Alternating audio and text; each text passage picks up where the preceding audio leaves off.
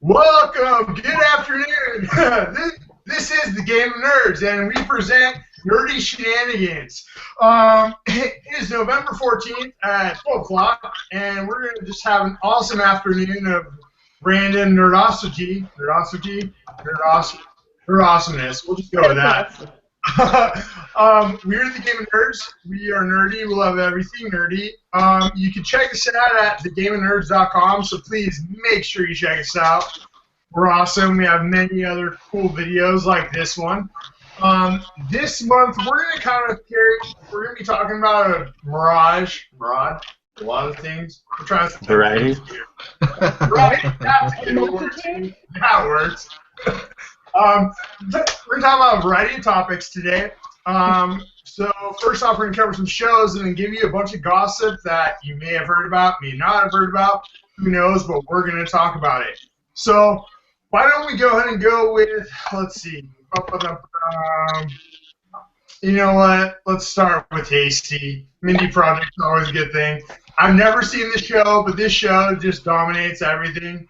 So let's talk about it. Give us what you got today. Okay, so let's talk about the Mindy Project. I will try and keep this under an hour because I could go on for days. 5 minutes, okay? 5 minutes. If you've never seen the show, I think that you should definitely binge watch it when you get your Christmas breaks. It's basically about this girl, Mindy, trying to find love and in New York City, and then recently she's gotten engaged and she had a baby. So now we're dealing with all the new stuff. So she had this baby with her fiance Danny, and now in the beginning of the season they were getting engaged and working out the baby stuff, and then Danny had to go off to California take care of his dad who he hates for some reason. So then now Mindy's been alone and dealing with single motherhood, and that's been great to see. And then we're almost at the mid-season finale, so we have a couple episodes left, and that's on December 8th.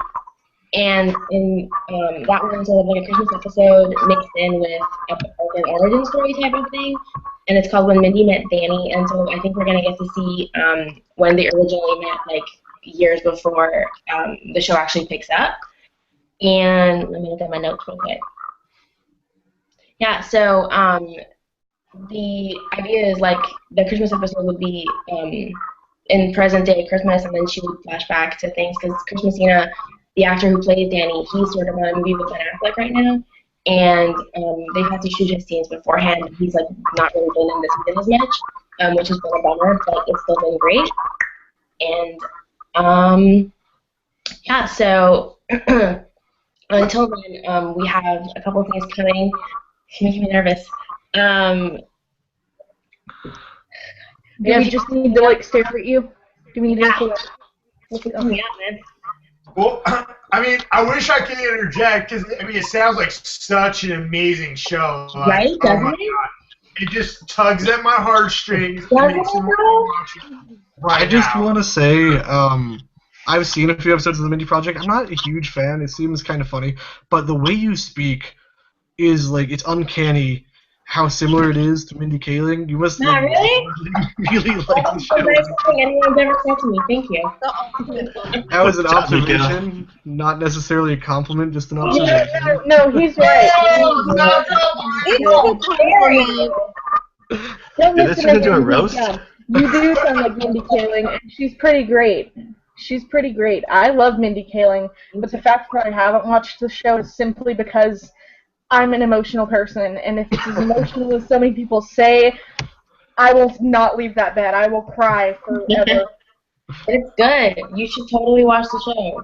And it's not it seems all this girly and whatever, but it's actually really funny. The jokes are really on point. Some of the writers come from The Simpsons and The Office and shows that really have, or 30 Rock, which have a really fast pace for jokes. And so it's a romantic comedy, but if you pay attention, it's just funny. There's no gender to it. It's just really funny.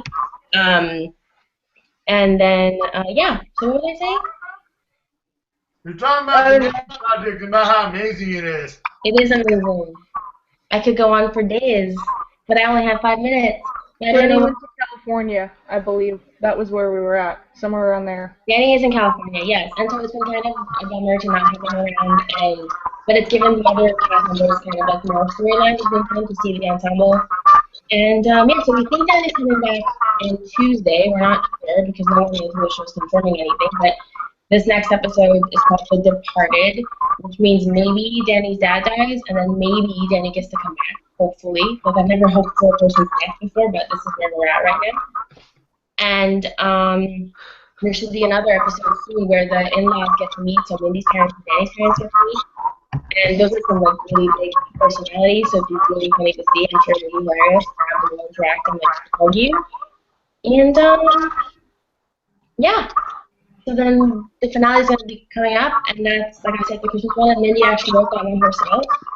So the ones that Mindy writes are usually one of the best ones, and they're super emotional, and you cry and like, hide in your bed for days. So it's going to be really, really fun. And I think that's it. All right. Well, my question to you, and I might have asked this before, but I'll ask it again.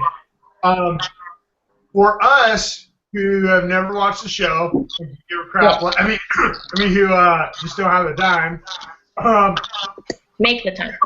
Give us a selling point for why we should watch the show, okay? Like, we have, like, Arrow and badass shows and just everything under the sun. Why should we take those time to watch a chick flick?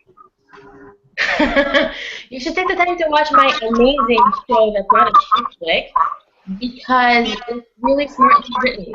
You know, you want to watch something on TV that makes you feel good and happy and not like bummed out, and you want to watch something that's well shot and pretty, and then something that's funny. Like, I don't want to watch a show and bummed out about my life, you know? You watch the Mindy Project, you're like, oh, her shows are so cute, the jokes are so funny, I love this show, you fall in love with the characters, the writing is really, really smart, like I said. These writers come from like all over. The Office was like, you know, great, and so Mindy had a big part in that. And the show just you fall in love with these characters and you care for them. You really want them to do well. Like Mindy is not a great person. Her character's kind of like a narcissist and she's sort of like self-centered, sort of like me. But then she's like really sweet and you fall in love with her and you want her to succeed and you see her journey. So like we had a baby on the show and I hate babies. Like I hate them. But it's so sweet. It was like, oh, now Mindy's super happy. So you're like happy for her happiness, even though she has blob with eyes in every stupid scene. I have my, as someone who's seen a few episodes of the show, I'm not a huge fan. I didn't dislike it, so don't. I just, it wasn't, I'm not clearly as into it as you are. My idea of why I think some people like the show is, here's a plug. I have a podcast called the Whedonverse Podcast, and currently we're covering Buffy the Vampire Slayer. And I've noticed like a huge crossover between Buffy fans and Mindy Project fans. Yeah. And I wondered, at first, I hadn't seen Mindy Project, why might that be? And it seems like the real similarities that draw a lot of people to both of those shows are, funny, strong female lead, and like tear your heart out, like just heartbreaking scenes. Yeah. So. Yeah, there is a lot of crossovers between those two fandoms, so you're right. I'm happy with that. The Mindy fandom, like on Twitter, everyone started watching Buffy, and like, yeah, Buffy's so great, and it is. Buffy's a good show, and it is this thing where like it's so rare to see a female character just do really well at what she's doing. Like, Buffy's a good Slayer, and like Mindy's a good doctor, and they have a messy personal life, maybe, but they're they're multifaceted and they're real characters, like some bimbo just there to like serve them. Main male stories, so I think that was rare to see. It's like there's more female stories now, but I hear myself and it's too bad. But yeah, so I think you're right. It is a good female story sort of to see. Bridget, help me out. What do you think? Well, I don't know how well I can sell this show. I fell in love with it from the first episode. I didn't think I would like it based on the previews, although I watched The Office and I knew Mindy was a writer on The Office. And within, like, the first 30 seconds of the show, with her showing her growing up watching romantic comedies and showing her in college and everybody's outside partying and she's inside watching romantic comedies, I was like, oh my gosh, this is my life. So she kind of sold me from the first minute of the show, and I've watched every episode and I love it. See? So that's all I can say. That's so in the end, oh my god, this is me. In the end, it's a relatable show with a good storyline. Yeah. Check it out. If you check it out, if you give it a chance, it's really funny. And the way that it aired, it was kind of disadvantages to it. Like it aired out of order in the first season, and then it moved around. There's a promotion, so it didn't have a great life on Fox. But now that it's all streaming on the internet, I think everyone should just take a few days and sit down and like watch it, and then get back to me. Yeah, I'm totally gonna do that. Don't take long with me. I mean, honestly, I think the Mindy Project for me, and I respect it, like, because I've heard you guys talk about the Mindy Project before and how they went from major network being picked up by Hulu. Yeah. So, you know, and the force driving that is just amazing. Like, I do have to say they've done a really good job. They maintain such a huge following for having done that. Mm-hmm. It speaks wonders for the show. And I make fun, you know, because I just make fun. But, I mean, I respect you guys. I get it. That right there tells me that it's got to be a good show because it was up to the fans to keep the show going on Hulu, and it did. So that tells me right there that it's probably at least fight for interesting to most people. Yeah. Right. Except Nico, he's weird. We don't want Nico to watch anyway. Like, we don't need that.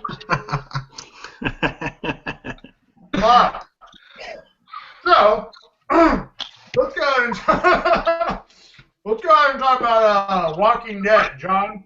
What do you got for us, bro? You done? You done eating? I'm not eating, bro. Go ahead. Couldn't understand what you're saying. Walking Dead. Walking Dead is, unlike Nico, is pretty awesome. And we... Hey! Nice. Sorry, that was nice. So Walking Dead is pretty sweet. So the big thing is everybody's wondering where Glenn is. You know, where's Glenn? You get asked that all the time, every day. Huh? I said, oh my God, what happened to Glenn?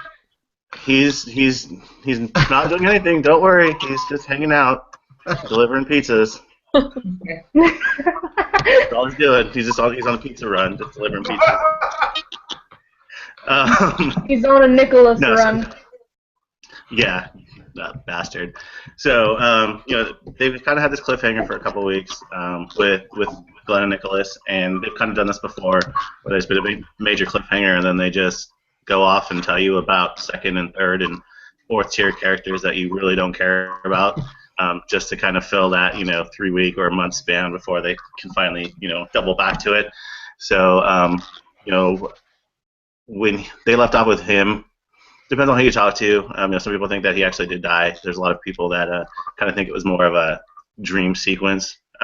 Nicholas was suffering from what I think is post-traumatic stress disorder. And you could, if you kind of watch some of the episodes, he would always have these flashbacks, and his eyes would get all big, and he'd kind of go into his own little world. And then in The Walking Dead, everything would go slow motion, and you wouldn't really hear anything. Well, that kind of happened right before he fell. Hello. Hey, what's going on? Look at the success in her face. She I know, right? It's like he just hacked something. It was awesome. I've never been that happy in my life. You know what? She might have. My screen flashed for a second and I saw binary code. It was crazy. So real quick, I should have done this at the beginning. For those of us joining the video today, we have 2 new people with us who have not done a hangout before. And one finally just joined us. So if Jesse and Rachel just want to say hi real quick, this is their first time being with us, so give them a warm welcome, guys. But right now we're just talking about The Walking Dead. So go ahead, John, take it back over. So they've kind of, like I said, they kind of flashed around to a couple different characters. We had like a whole Morgan flashback episode, which was nice, but it was 90 minutes, and it was really drawn out, and it was a week after Glenn, so everybody was like, WTF? And it was right after the whole the time change, so everybody was like had to stay up an hour and a half later than normal. So a lot of people just kind of checked out and didn't watch the whole entire episode. And then the latest bombshell is because the producers were saying we might see Glenn, or we might see a part of Glenn, or we might see something that we would know from Glenn in the future in regards to seeing if he's alive or dead. Well, towards the end of this last episode, Maggie wanted to go out and look for Glenn and Nicholas, and she couldn't go out because there's a bunch of walkers outside, and Aaron was going to help her, and she kind of broke down and admitted that she's pregnant, which is why that she, I see the looks, which is why that she kind of stayed back in the past few episodes and didn't go out on any runs. Glenn always kept saying, I can take care of this, you got to stay here.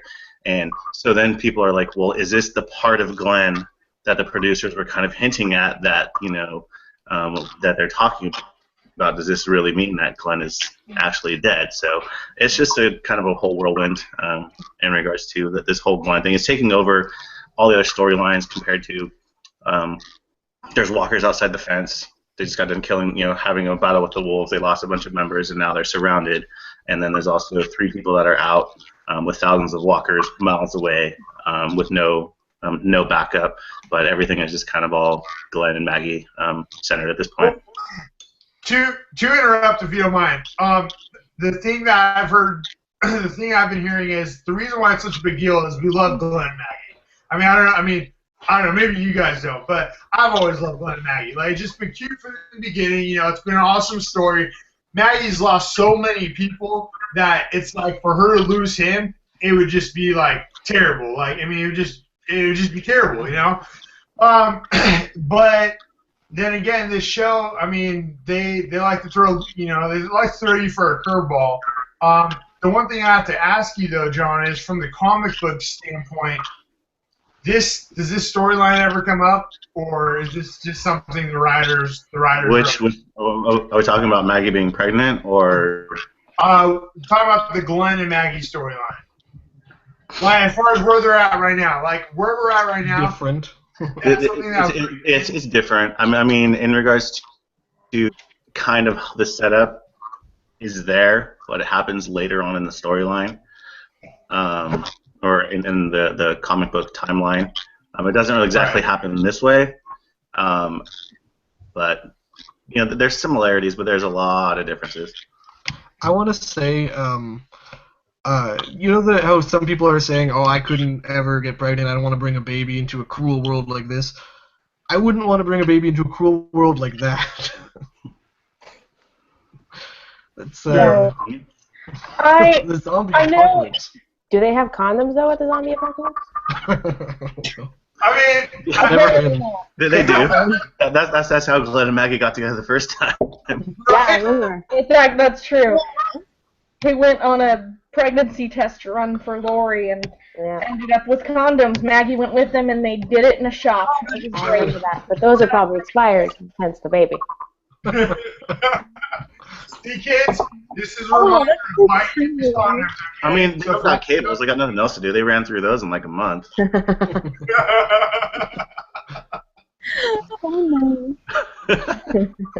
in the comic books, I have a question. In the comic books, it's known that Negan actually kills Glenn with his barbed wire baseball bat. And they just recently announced the casting of Negan, and I'm for one thrilled by the casting. That guy can play evil. Yes, if you've seen Supernatural, he was John Winchester. If you've seen Grey's Anatomy, he was whatever his name is. Even Ghost. The comedian from Watchmen.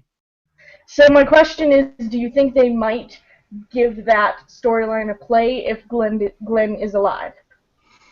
I'm going to say regardless, even if Glenn's dead, I think that is going to come into play.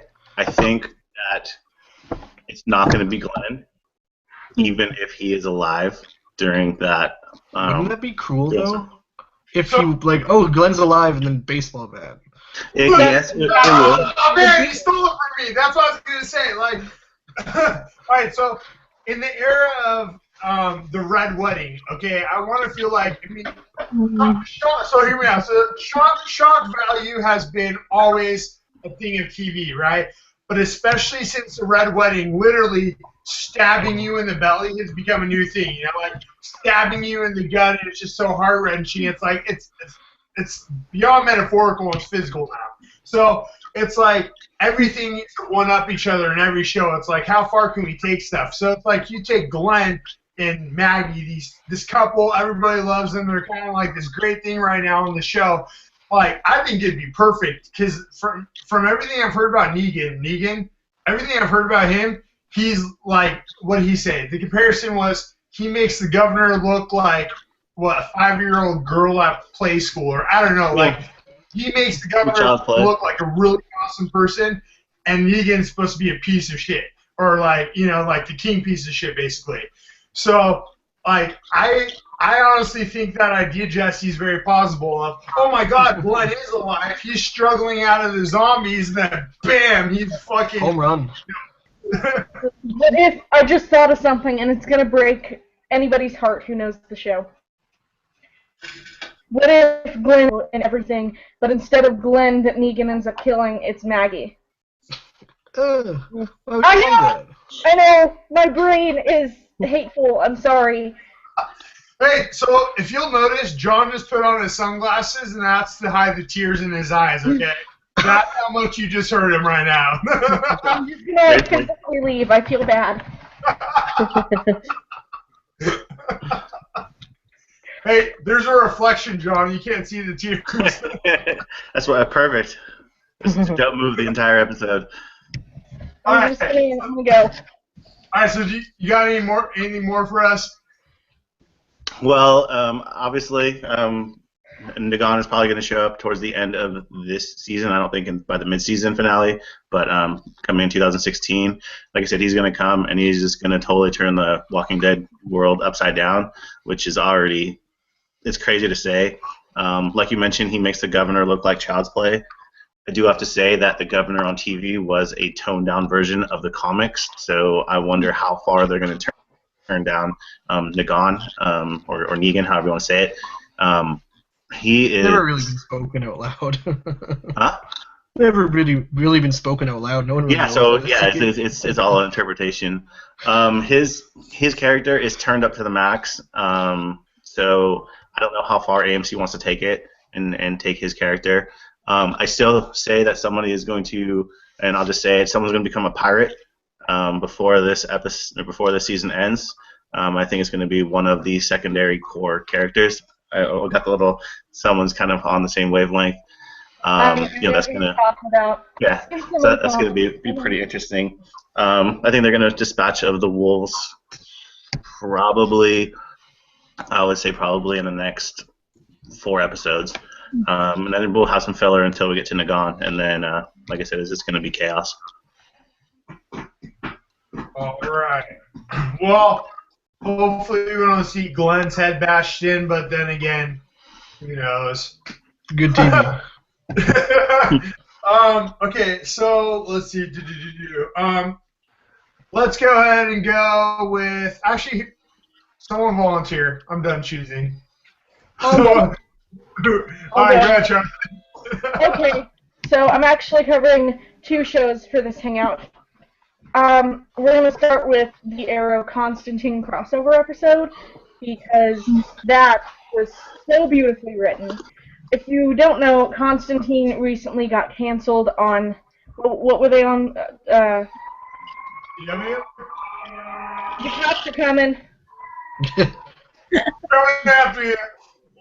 Okay, yeah. They were. Are you sure there's not a review embargo about this episode and the cops are after you? Yeah, they suddenly leave. So, they were on. Constantine was on some network that I don't remember, and they recently got canceled. And CW kind of took up the helm a little bit and decided to do an Arrow Constantine crossover. What was cool about the episode is it was so well written that it almost seemed like it had been written in 2 years ago and they were just waiting for it to pop up. It was so flawless, it was well written. John Constantine and Oliver Queen reacted to each other so well, you could tell that the friendship was already there.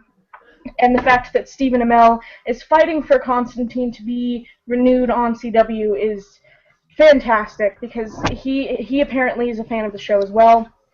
This episode, they brought Constantine in to help with Sarah, who was revived by the Lazarus pit, but because she was already dead, her soul was still stuck kind of in that pit.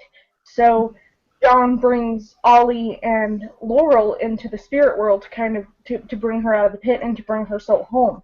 So it's a really, really good episode. It has a lot more of the mysticism and the magicalness that you don't really often see.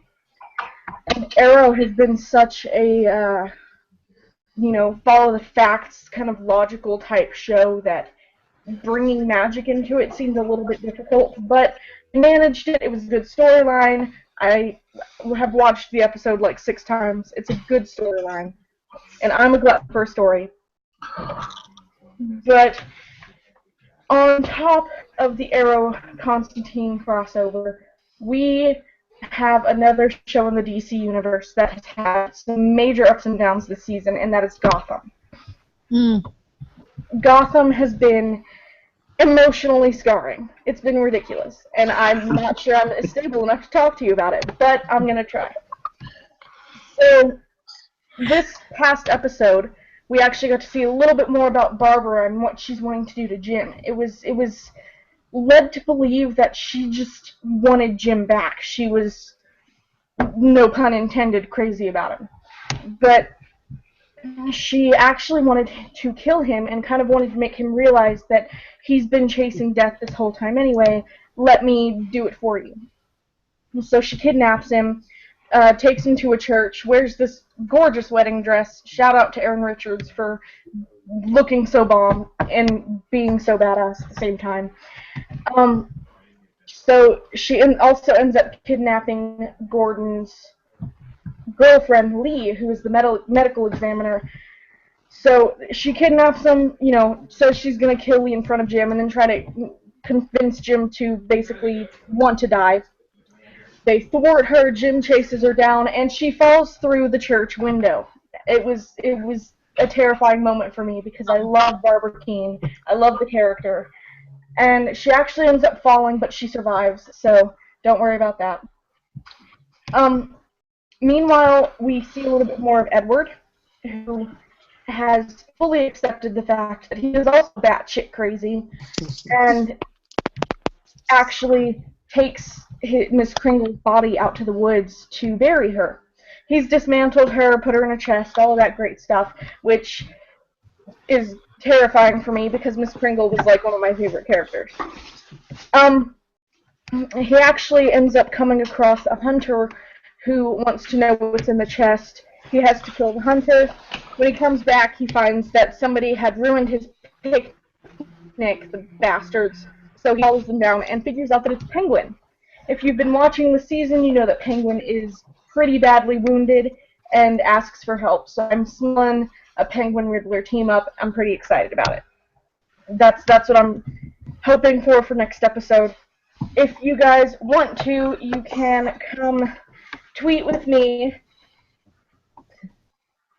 at the Game of Nerd PM Central Standard Time on live tweet.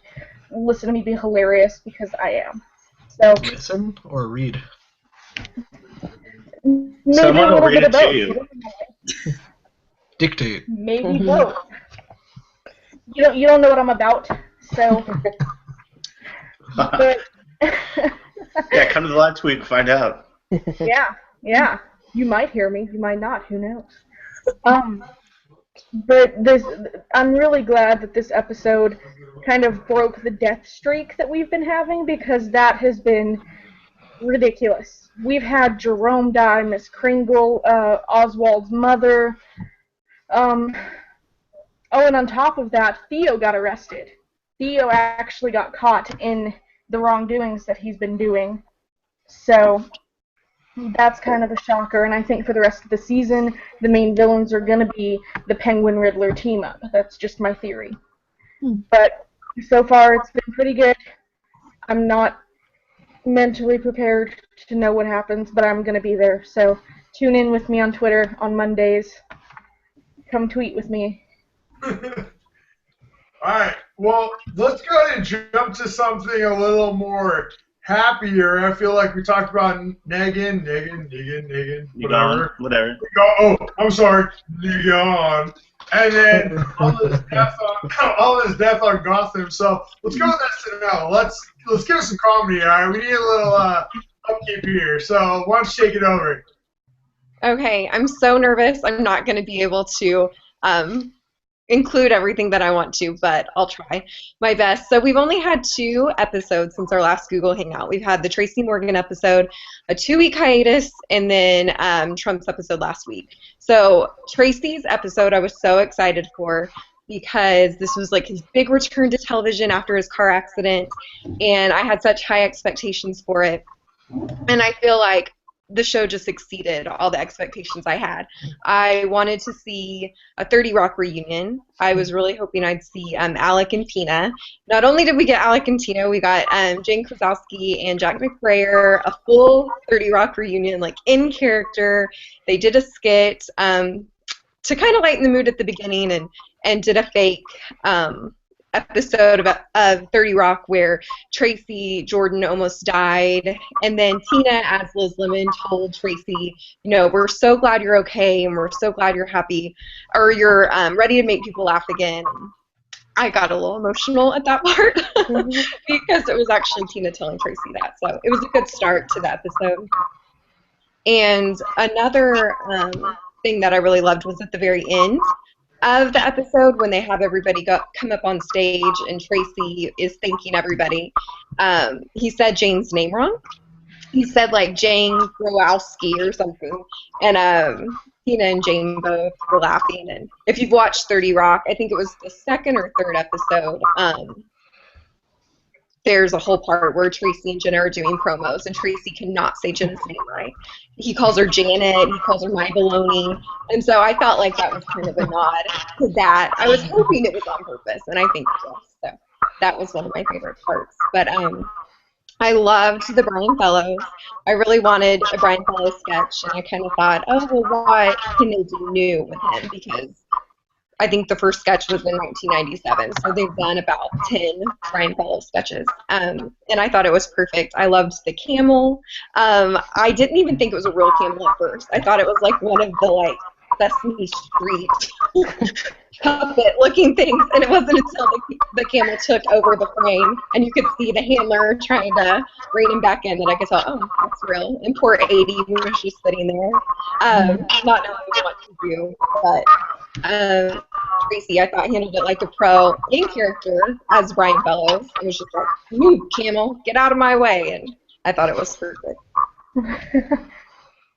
And another thing about the Tracy episode was the not the monologue, but the cold open, was the Democratic debate.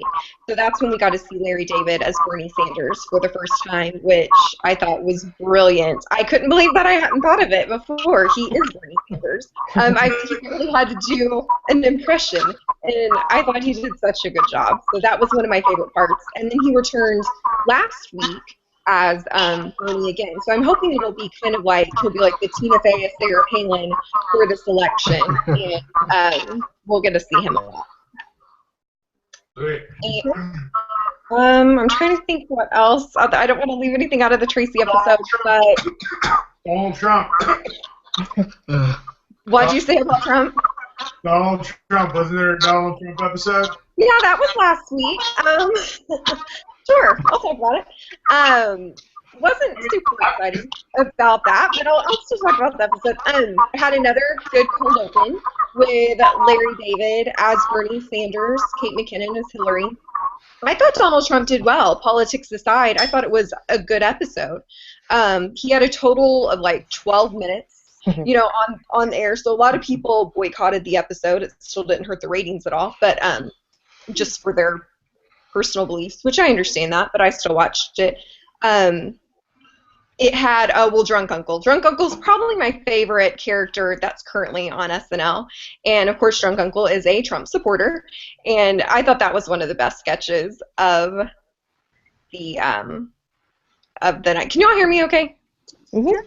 You're good. I'm sorry. I've been echoing to myself, so I couldn't hear myself. But It's Charlie's mic.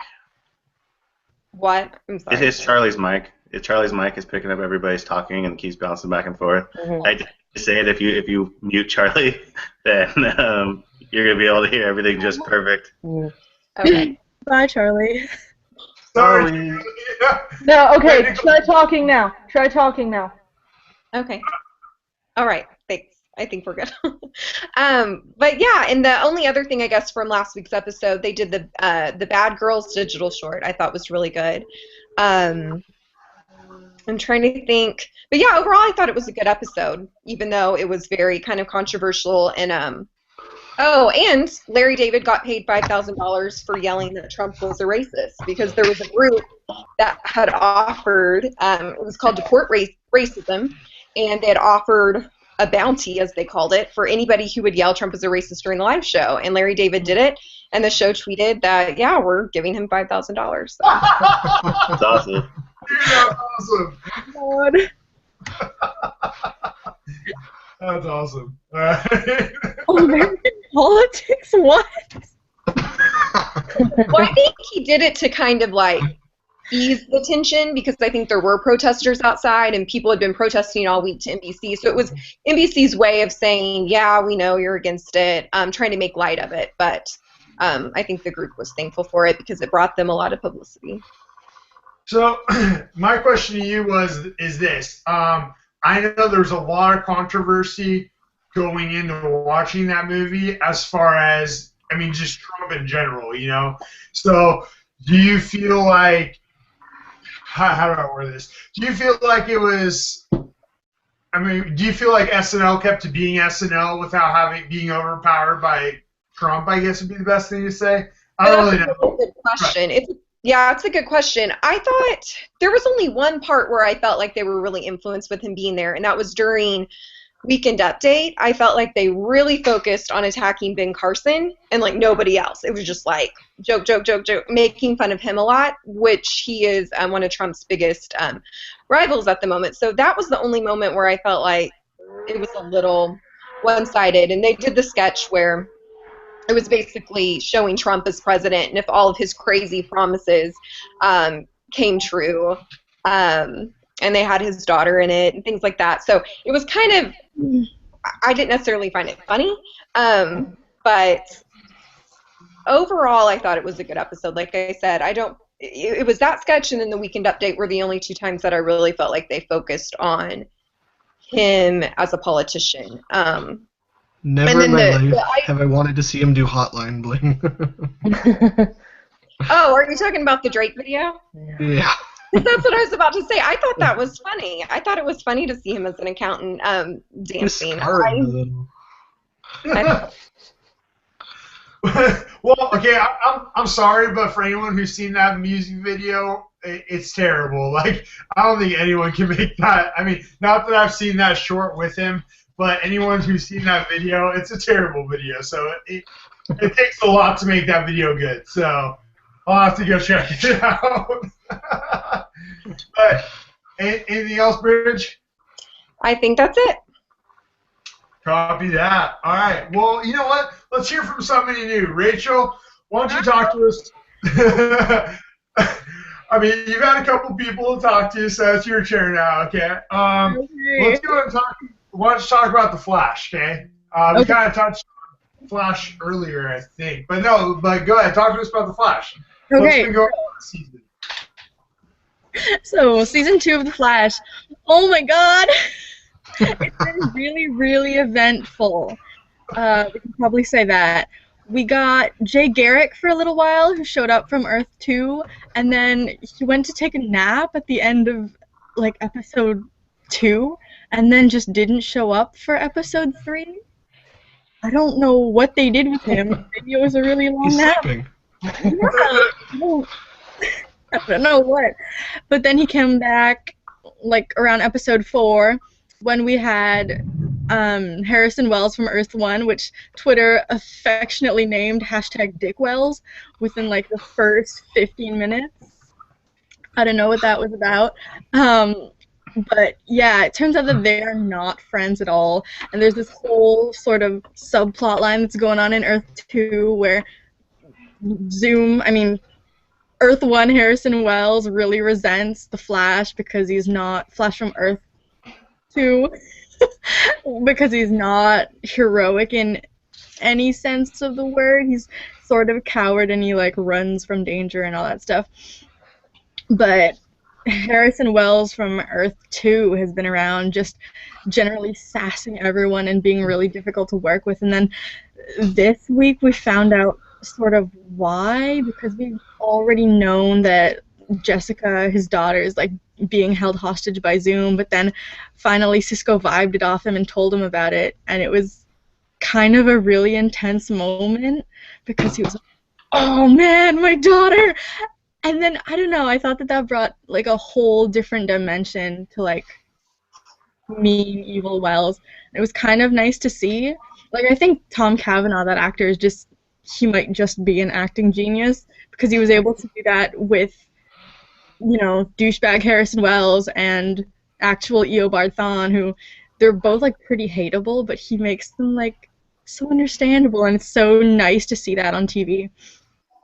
And then, like, this week's episode, we got the final the first and final sort of epic battle between Barry and Zoom, which was so cool.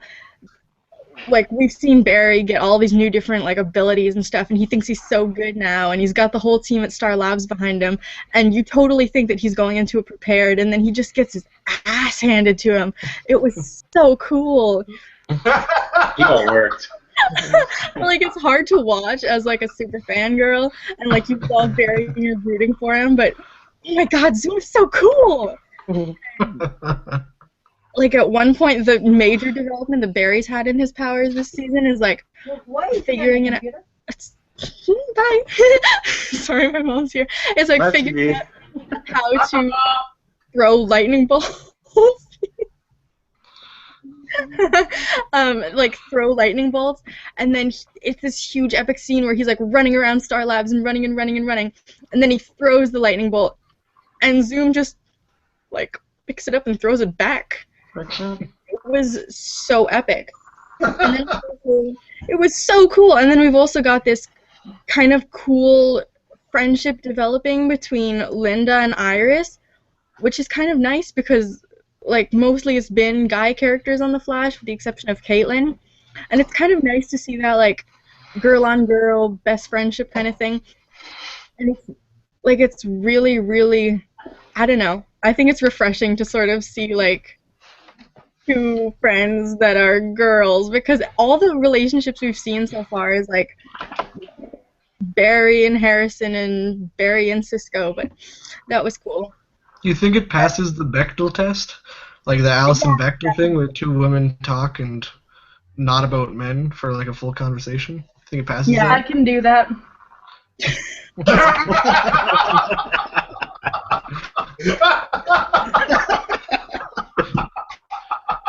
I like it. Yes, but yeah, definitely. It is kind of nice, though, to have, like, girls discussing something that's not Barry.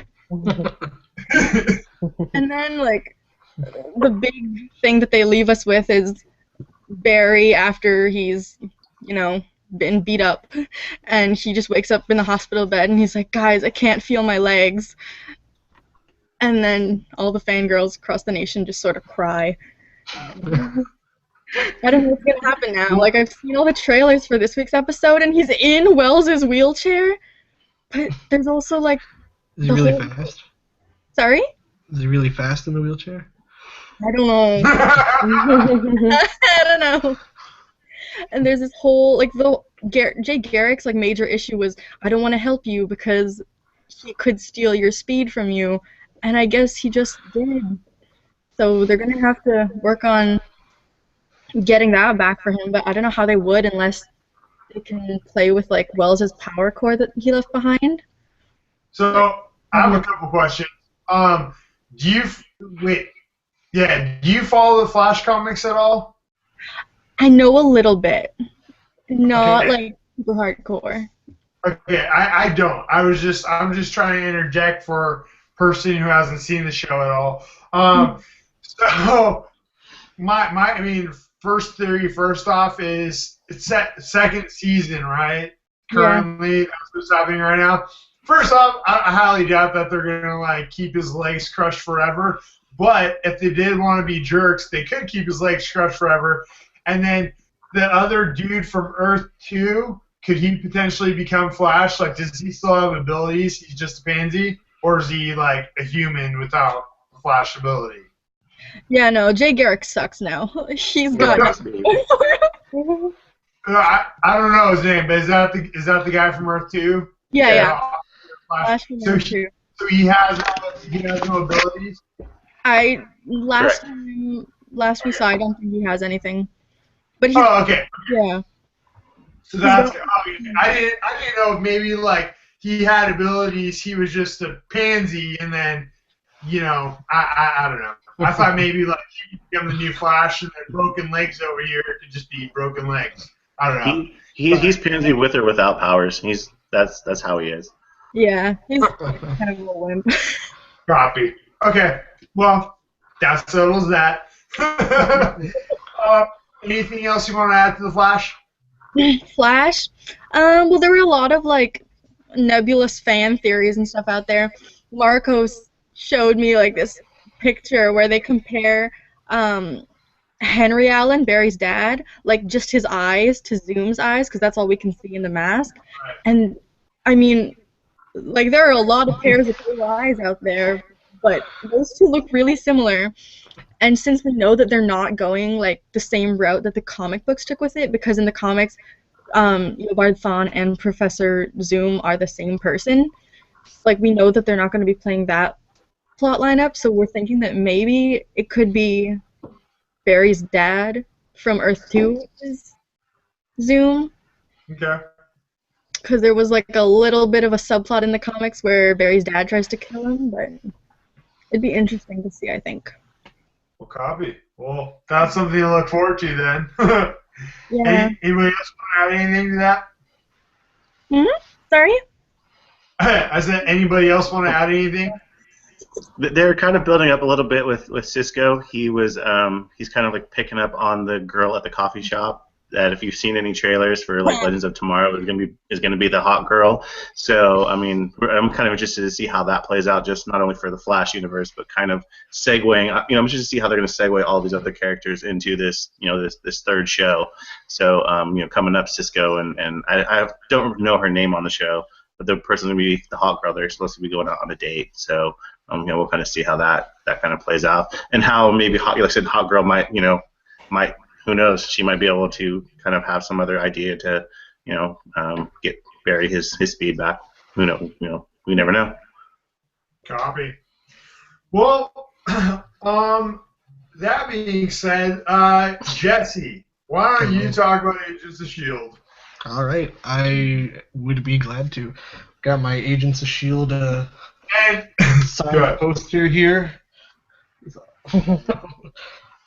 Casual. Are you willing to give that away for Christmas? I'm a casual I happen to know a ginger who wants it. So I put on my reading glasses here. Oh, and everyone has their S.H.I.E.L.D. clearance lanyards, right? Oh yeah, totally. I have it somewhere. We're going to level 7.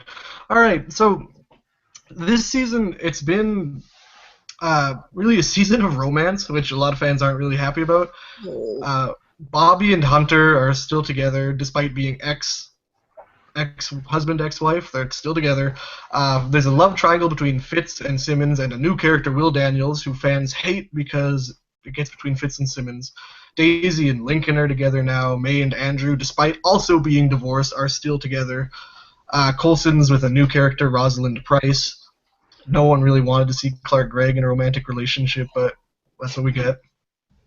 It's also a season of superpowers, because Daisy is Quake from the comics. Coulson's got a robotic hand now. Lincoln has electricity powers. He calls himself Sparkplug, according to the press release. Andrew is the new villain Lash, who's from the comics. Brett Dalton even hinted at Ward becoming an Inhuman at the mid-season finale, so we'll see how that plays out. And yeah, it's a season of Inhumans, really. What happened at the end of season 2 was if there's an Inhuman outbreak. Inhumans are basically the MCU's way of saying we can't say mutant, so they give people inhuman abilities, and it's the same thing. They just get gassed with this mist, and it unlocks abilities in them.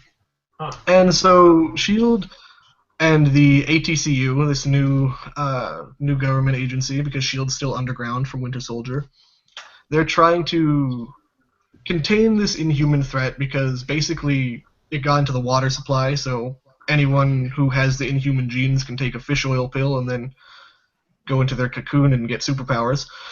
And so the government's all over it, the president's on top of things, and they're trying to take down this new threat, which is the Inhuman-killing Inhuman named Lash, who likes searing holes in people's chests.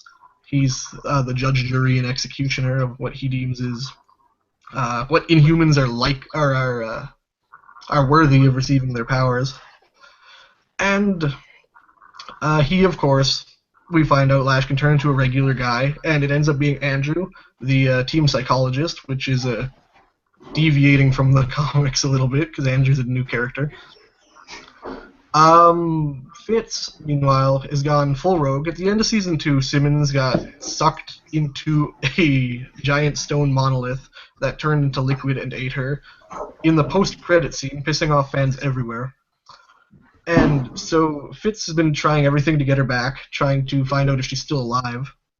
We, however, know she's on another planet, which is out there for the Marvel Cinematic Universe. She's on... I have a theory. It's on the website. You can see it. I think it's Ego the Living Planet from the comics. I hope it's Ego the Living Planet from the comics. But it's a planet that is basically trying to kill her. She meets Will Daniels there. They hook up. Then Fitz gets Simmons back, and he's not so happy that they hooked up. That episode was spectacular. It's called 4,722 Hours. It was a masterpiece of modern television. But it's all people are screaming Emmys at it. But meanwhile, Bobby is in rehab from Ward's trap last season, where he got her shot, basically. Bobby is Mockingbird from the comics. So she's doing Simmons' lab work while she's away, itching to get back in the field. Then Daisy and Mac are working together now. Alfonso McKenzie from the comics. They're forming the Secret Warriors, which is really cool because Quake, who Daisy is, starts that superhero team in the comics. And it's just a team of mostly Inhumans, some mutant, but you can't say mutant. And they are it's the Shield superhero team. So season 1, everyone's complaining not enough superheroes in Agents of Shield, and now we got a superhero team being formed. Currently, there's only Daisy, and Mac, who doesn't have powers, but he's an axe. And they're looking at recruiting other people. Lincoln is one of the people they want. He's on the run because the ATCU, the other government agency, is trying to take everyone down. Alien threats and all that. May's on vacation. She comes back to help Hunter try and take down Ward, who's leading Hydra now. He's rebuilding Hydra with the help of Wolfgang von Strucker's son and Gideon Malik, who's from the Avengers movies. He's the World Security Council guy. So I have a question for you. So you follow the comics pretty good, right? Yes. So is there an actual Agents of S.H.I.E.L.D. comic? There is now. Okay, so when you refer to the comics and stuff, is it that comic you're referring to, or is it just the universe of like the universe, the Marvel comic universe in general? Okay. The S.H.I.E.L.D. comic is deviating quite a bit from the show. They're kind of doing their own thing. Okay. But yeah, the comic universe as a whole is what I'm referring to. And so we find out at the end of, in the last few episodes, we find out that, of course, Andrew is the villain Lash that's searing holes in our poor Inhumans' chests. And they lock him up. And that the ATCU, who are currently partnered with S.H.I.E.L.D. because Coulson's dating their leader, is working with Hydra, working with Gideon Malik, the head of the World Security Council, because Hydra goes straight up to the top. And it's kind of iffy if they know that they're working with Hydra or not, because S.H.I.E.L.D. seems to always accidentally work with Hydra. And that's really where we left off this season. The mid-season finale is coming up in a few episodes here, and they're hinting some deaths and some inhuman transformations. It's kind of like Battlestar Galactica, where everyone's a Cylon. Everyone's an Inhuman now. They just blast them with the mist, and they got superpowers now. So, okay, so again, you and me were having a conversation earlier. So my knowledge of Agents of S.H.I.E.L.D. extends to like half of the first season. Oh crap! I just lost my question. That's awesome. Oh, that's the question was. So I know that they talked about making an Inhumans movie, and I think we might have mentioned it on a hangout or two before this. What can you tell us as far as that? Now, don't have to go into detail about it, but just give us a quick gist of, do you know anything about it? And compared to Agents of S.H.I.E.L.D., like with the storyline arc that they're giving right now, what do you think they're going to go with the movie, branching off of that? Well, I think they haven't spoken a lot about the Inhumans movie, but what we do kind of know is that that Vin Diesel is in talks to play Black Bolt, who is the king of the Inhumans. And because he voices Groot in Guardians of the Galaxy, and Black Bolt doesn't have a voice because his voice levels cities, so it's kind of appearance one, voice other. It works. But the Inhumans and Agents of S.H.I.E.L.D., in Season 2, they introduced the Inhumans, and it's kind of a secluded colony in this Chinese village that they call Afterlife on top of a mountain. And they're very much like a cult, and they just kind of keep to themselves. They don't want the world to know they exist. But they're not the royal family. And I believe that the movie Inhumans is going to deal with the royal family, which is a bunch of characters from the comics: Black Bolt, Lockjaw, Medusa, and these are the self-proclaimed kings and queens of inhumanity, and they're the most powerful. And they're basically the most superhero-like. The family kind of itself is a superhero team. Yeah. Cool. Yeah, like I said, I've heard a lot of talk, and I know we mentioned it before on a hangout, so I just kind of wanted to see, because I know that this season it seems like it's taken a lot of focus. Oh yeah. On it, and so I feel like, I don't know, quote me if I'm wrong, guys, but I don't think they've announced a date for it yet, but I know they're in. For Inhumans, 2019. Okay, so they have. Okay, so never mind. No. Yeah, see, I'm behind on the times. Shannon, you can kill me later. But, okay, anything else you want to add real quick?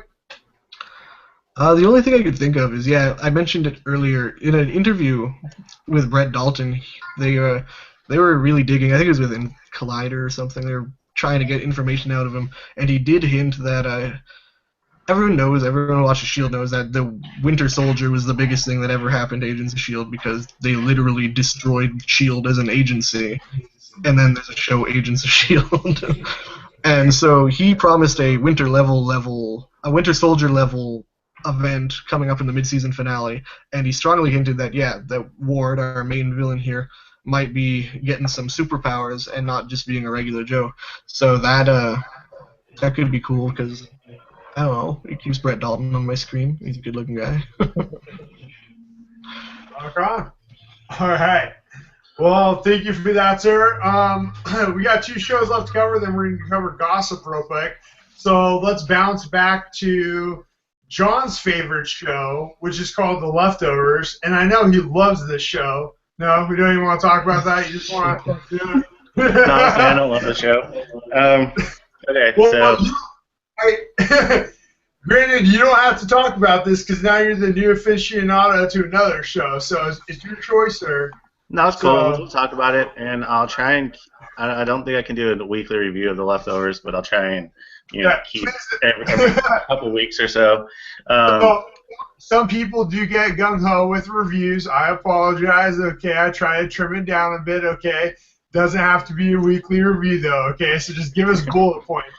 John, guy, X lives, that works for me. Well, like the thing with The Leftovers is it's such a bizarre show, and you have to really concentrate on it. And I've been so busy with work and life that I would seriously come home on Friday after work around 6, try and power watch the episode and write a review in like less than 2 hours. So it's just really not it's not the best at this time to try and get that in every week, because you have to really concentrate because it's so batshit crazy. It's the best way to describe it, and it still hasn't changed. So basically, since the last time, it's kind of doing the same thing as The Walking Dead. They would take one character or one group of characters and kind of follow them. So basically, what's going on is Nora, who lost her kids, and her husband got approached by a doctor who thinks that there's some sort of like radiation or some sort of way to kind of figure out how this all happened, because when she moved in the very same day, like Evie, the next door neighbor's girl, disappeared. So this last episode was kind of the wits battle between the two neighbors and how they are handling the loss of their kids. So basically, Nora kind of, in a roundabout way, found out all the questionnaires and went back to her previous job and was interviewing the next door neighbor as a sly way to try and cope with it herself, to try and see what all the questions were before she would answer them. And then the neighbor Erica kind of realized what was going on and put an end to that, started throwing the questions right back at her. And then it's obviously that the neighbors don't like each other. They've each threw a rock through each other's window, just because they're handling things differently. And then the only other thing that's new is Nick finally admitted that he sees dead people and that they talk to him. So he admitted that to Nora at the end of this last episode, that the crazy person from the cult that he killed is there with him all the time and talking. And she's like, "Is he here? Is she here now?" And he's like, "Yes." And she's telling me that it's a bad idea and I shouldn't say anything. And she's not happy. And so he's just like literally talking to Nora, and then this, he's seeing this dead person talk to him all the time. So it's gonna be interesting to see how that is handled, that he finally admits that he sees and talks and interacts with somebody dead and somebody else knows it, on top of everything else that is going on. But that is really the only really big change from the last time that we've had the hangout. Copy.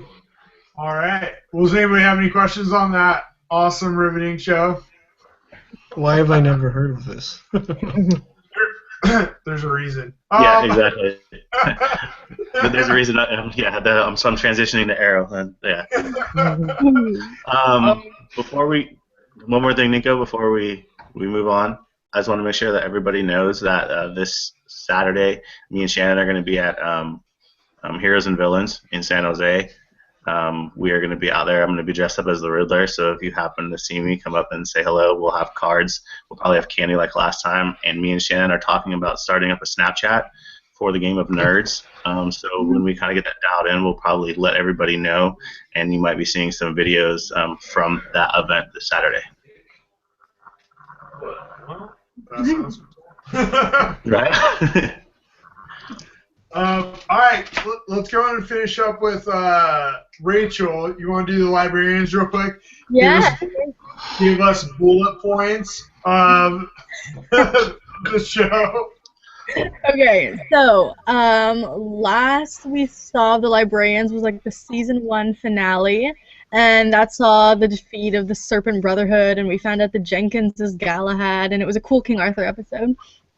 So since that point in time, we found out from Jenkins and Colonel Baird that the library is sort of in a state of flux. Like, some rooms are locked, some rooms have just ceased to be, and everything is moving around to the point where even Jenkins can't keep track of them, and that's when you know it's getting bad.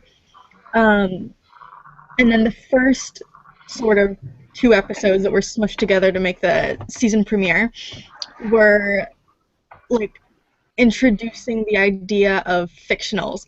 And what a fictional is, it's like this, any magical entity that's in the real world can summon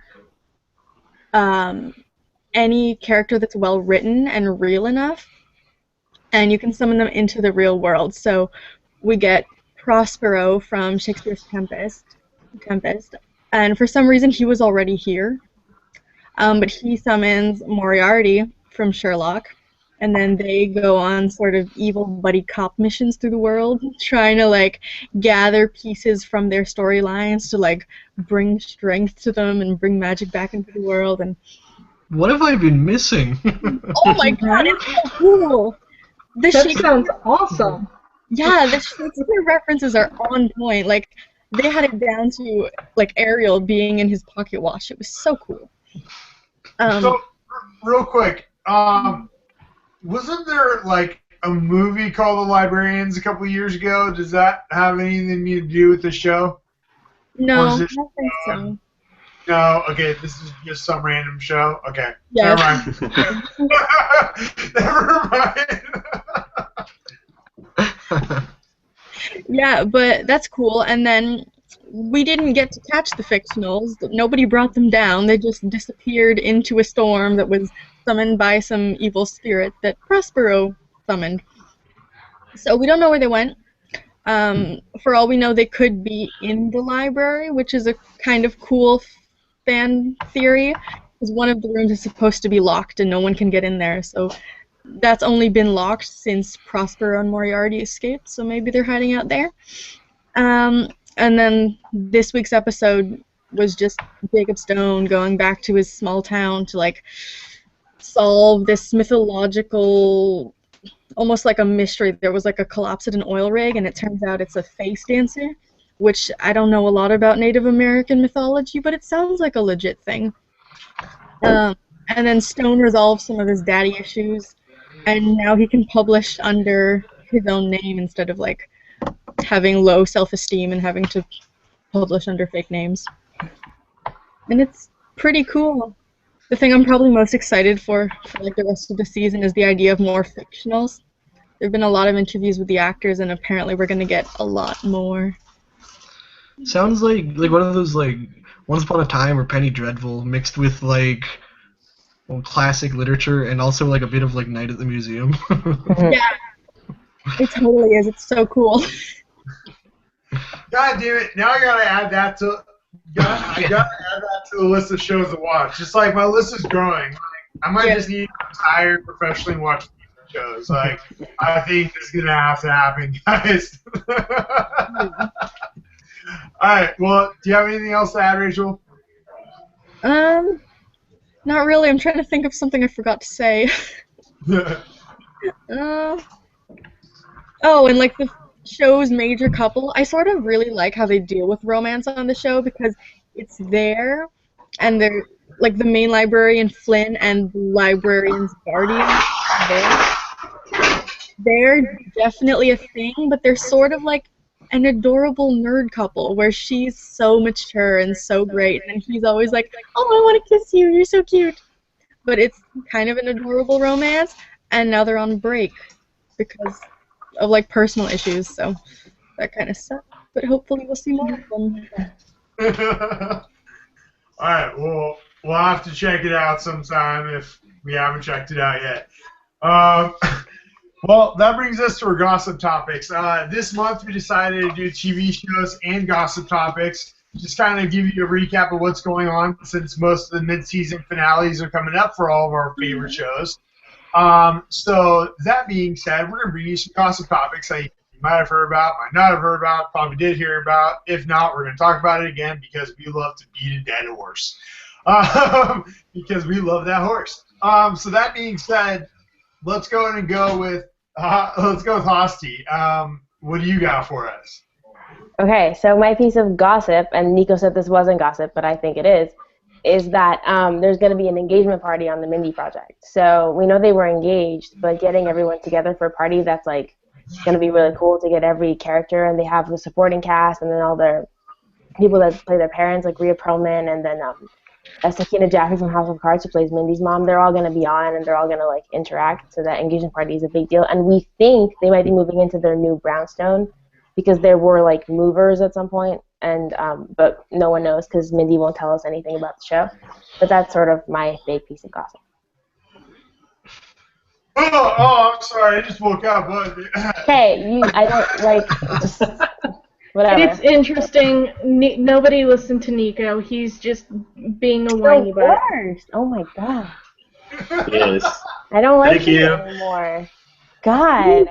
I'm trying to tell you guys. Fascinating. Like Rhea Perlman is gonna be on the Mindy Project. How cool is that? Who is? Rhea Perlman from Cheers or whatever.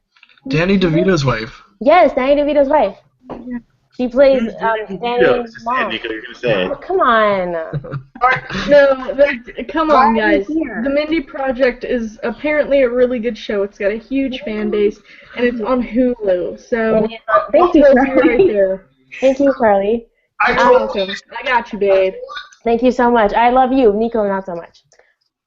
you know what? All I'm saying is this.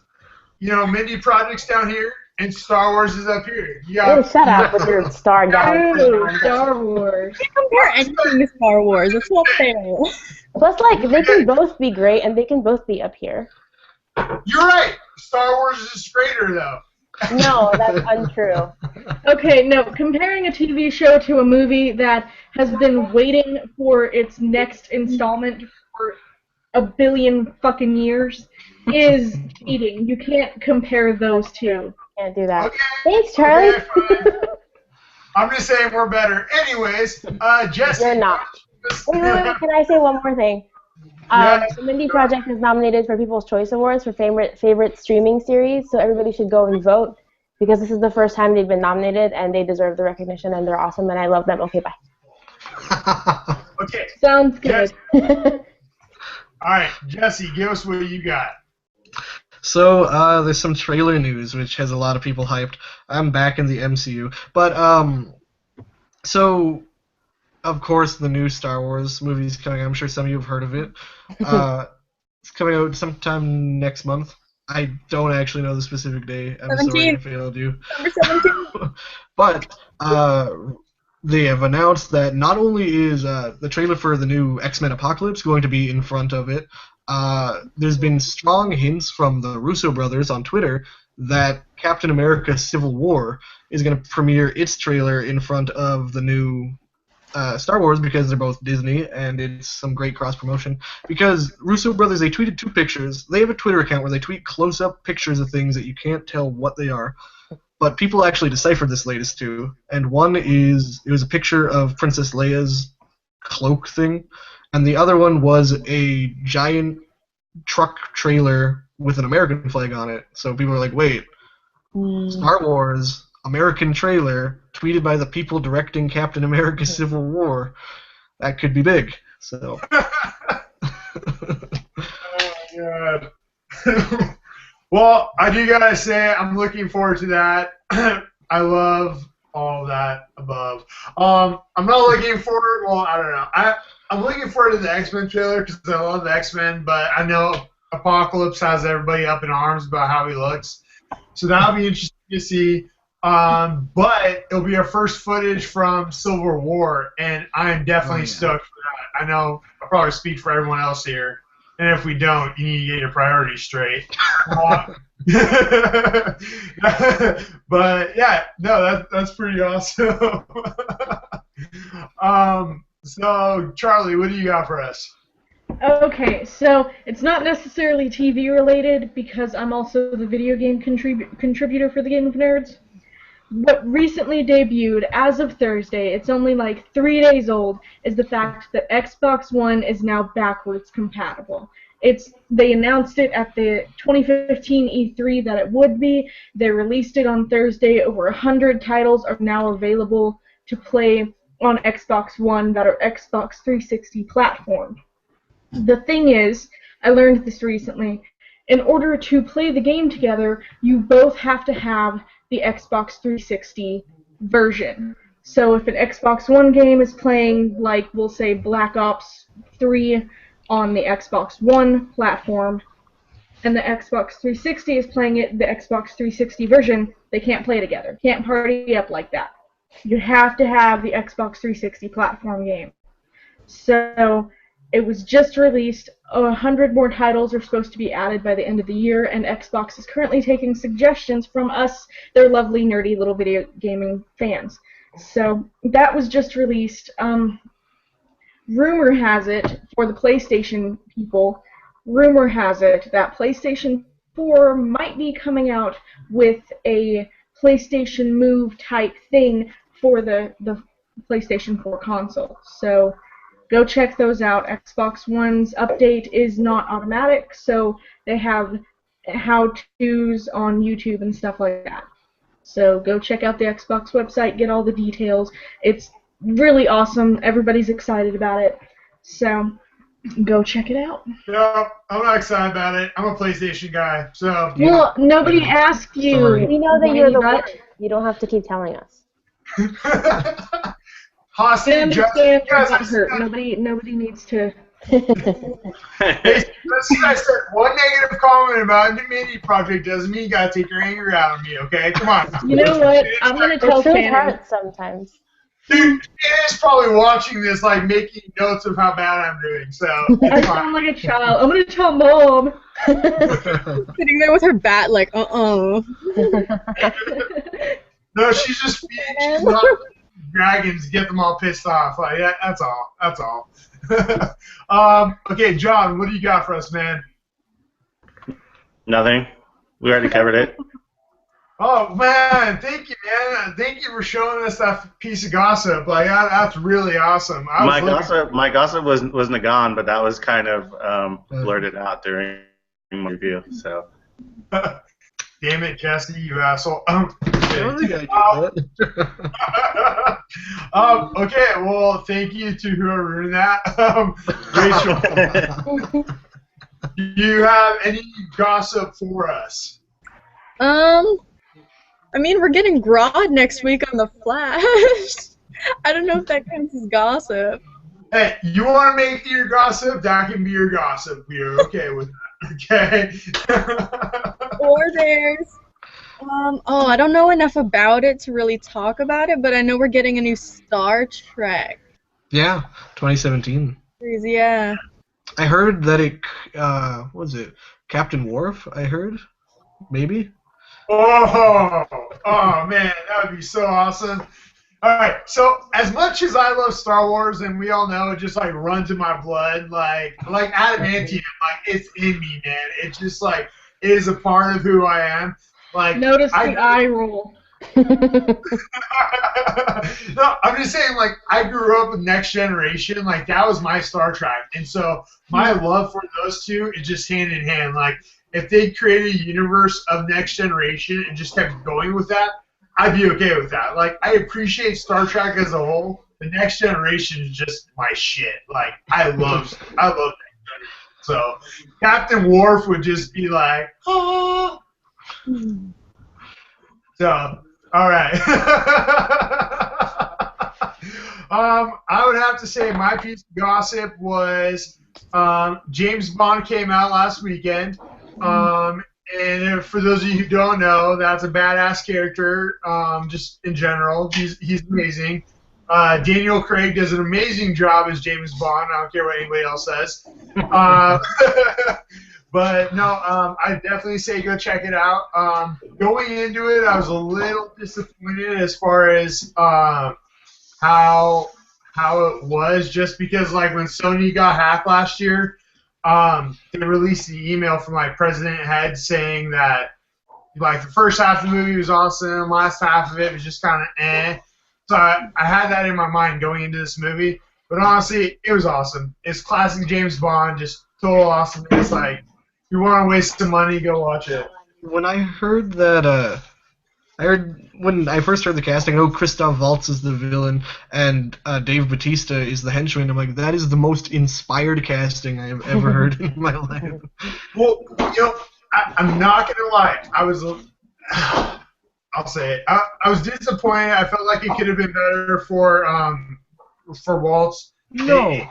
Impossible. I haven't seen the movie, but I'm just arguing with you because it's not possible. Keep arguing with him. He's a brilliant actor. Like, I love him as an actor. He does just an amazing job. He's like, a real Glorious life Bond villain. Like, Django Unchained, like, he's a good actor. I felt like they could have done a better job. But He's a real life Bond villain. How could you do better than that? Oh, but they did have Moriarty in that movie. Not the actual character, but the guy who plays him. And that was awesome. Like, in the movie theater, I'm like, oh my God, babe, look. She's like, what? I'm like, it's Moriarty, oh my God. So, that was awesome. So, go check it out if you don't have anything going on this weekend. But, I think that wraps us up for this month. Thanks for tuning in with us. We have a new hangout. The Game of Nerds does in December. Is going to be December. We'll get back to you on that. I'm not actually sure. I don't have the notes in front of me. But it's going to be next month, so please be there. We're going to be talking about basically kind of a recap of the year and TV mid-season finale. So please be there. Make sure you're available. We are the Game of Nerds. We love you guys. You can check us out at thegameofnerds.com. Follow us on Twitter at the Game of Tweet Nerds. with us. What? Live tweet with us every night. There's like one or multiple live tweets, and they're awesome. You should join. Tune in for live tweets. Go see Hosty. Tune in and tweet the Mindy Calling Project. Mindy The Calling. Mindy Yeah, Callie does Project. Gotham, and he's really hilarious. She's really hilarious. Love you, babe. Well, Funny and sweet. if you want to get laugh, follow us on Twitter. You will enjoy it. Other than that, till next time, please go check out our website, and we'll see you soon. Bye. Thanks for joining.